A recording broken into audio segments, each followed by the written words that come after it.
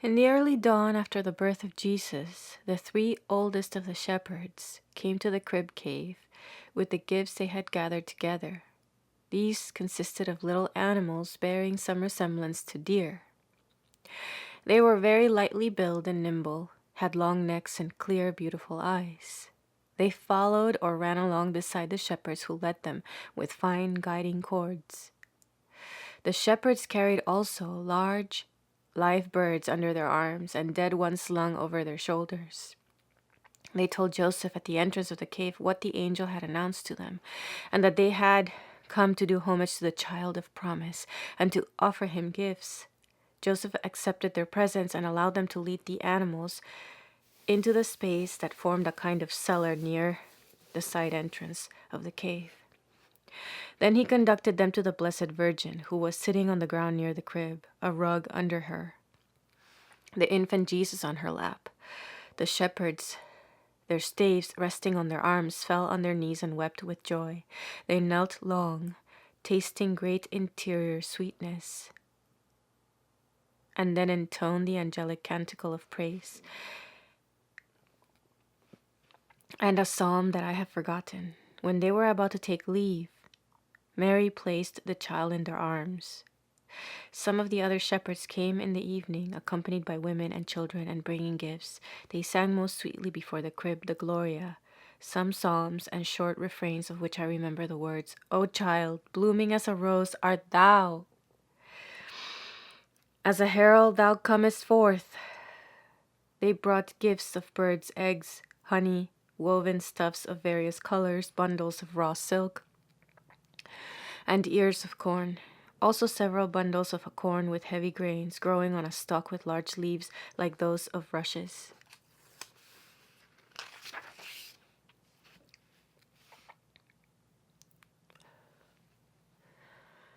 The 3 oldest shepherds came back in turn and helped Joseph to make the crib cave and its surroundings more comfortable. I saw also several pious women with the Blessed Virgin performing some services for her.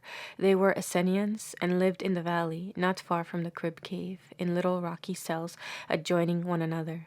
They owned little gardens near their cells, and they taught the children of their community.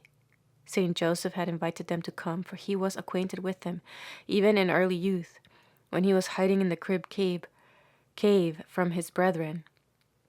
He visited these pious women who dwelt in the side of the rock. They now came in turn to the Blessed Virgin, bringing little necessaries and bundles of wood.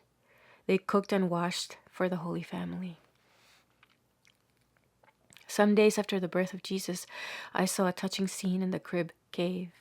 Joseph and Mary were standing by the crib and gazing with emotion upon the infant Jesus, when suddenly the ass fell upon its knees and lowered its head to the ground. Mary and Joseph shed tears. I saw Mary at another time standing by the crib. As she gazed upon the child, the deep conviction stole upon her that it had come upon earth to suffer. That reminded me of a vision I had had at an earlier period in which I had been shown how Jesus, while still in his mother's womb and from the moment of his birth, had suffered.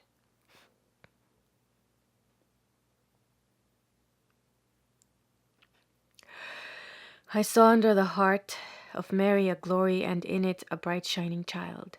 As I gazed upon it, it seemed as if Mary were hovering over it and surrounding it. I beheld the child growing and all the torments of the crucifixion inflicted upon it. It was a sad, a fearful sight. I wept and sobbed aloud. I saw other forms around it, beating and pushing, scourging and crowning it. Then they laid the cross upon it. Next nailed it to the same and pierced it in the side. I saw the whole passion of Christ in the child. It was a frightful sight. As the child hung on the cross, it said to me, "All this did I suffer from my conception until my 34th year."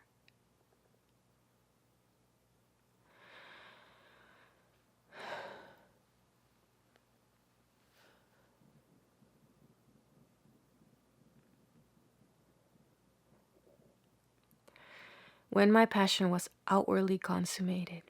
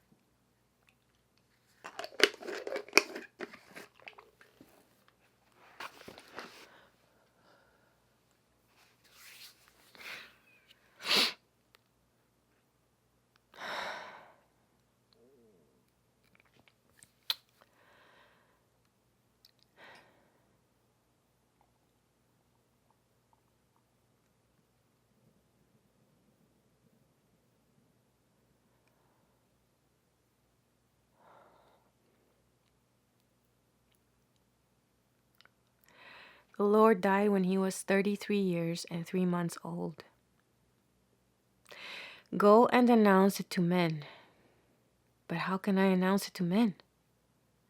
I saw Jesus also as the newborn child. And I saw how many of the children that went to the crib ill-treated the infant Jesus. The mother of God was not there to protect the child, and the children went with all kinds of switches and rods and struck it in the face until the blood flowed. The child meekly extended its little hands before its face in order to ward off the blows. The smallest children were they that struck the most maliciously. The parents of some even twisted and wrapped the rods for them. They brought thorns, nettles, whips, little rods of all kinds, each having its own signification.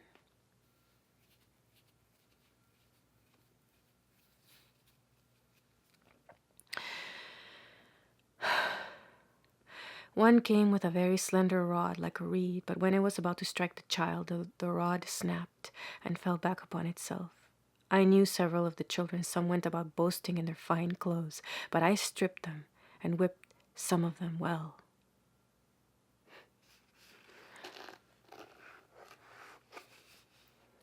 While Mary was still standing by the crib in deep meditation, some shepherds drew near with their wives, in all about 5 persons.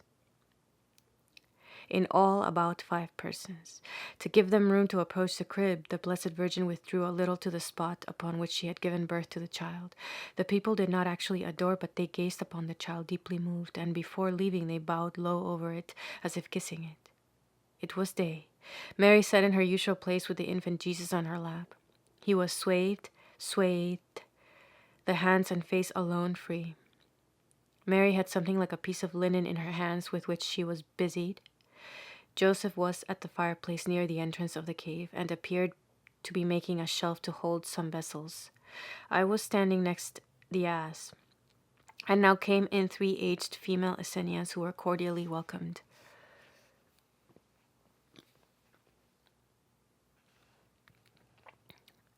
Though Mary did not rise.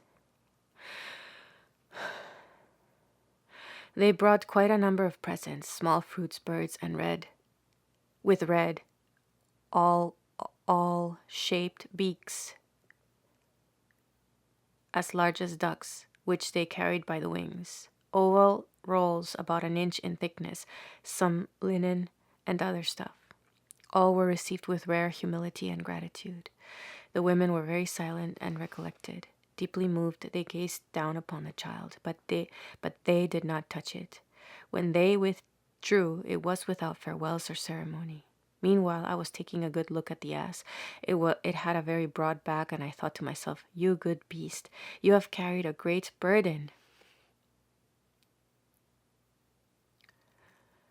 And I wanted to feel it, to see if it were real. I ran my hand over its hair, and it felt as smooth as silk.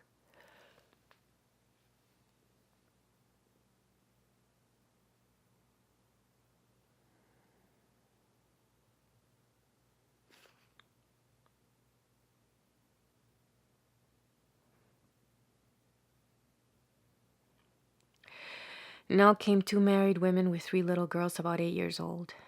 They appeared to be strangers and people of distinction, who had come in obedience to a call more miraculous than that received by any previous visitor. Joseph welcomed them very humbly. They brought presents less in size than the others, but of greater value: grain in a bowl, small fruits, and a cluster of thick, triangular gold leaves on which was a stamp like a seal. I thought, strange, that looks like the representation of the eye of God. But no, how can I compare the eye of God with red earth? Mary arose and placed the child in the lady's arms. Both held him a little while, praying silently with uplifted heart, and then kissed him. The 3 little girls were silent and deeply impressed. Joseph and Mary conversed with their visitors, and when they left, Joseph accompanied them part of the way. Ah, could we, like these women, behold the beauty, the purity, the innocent wisdom of Mary!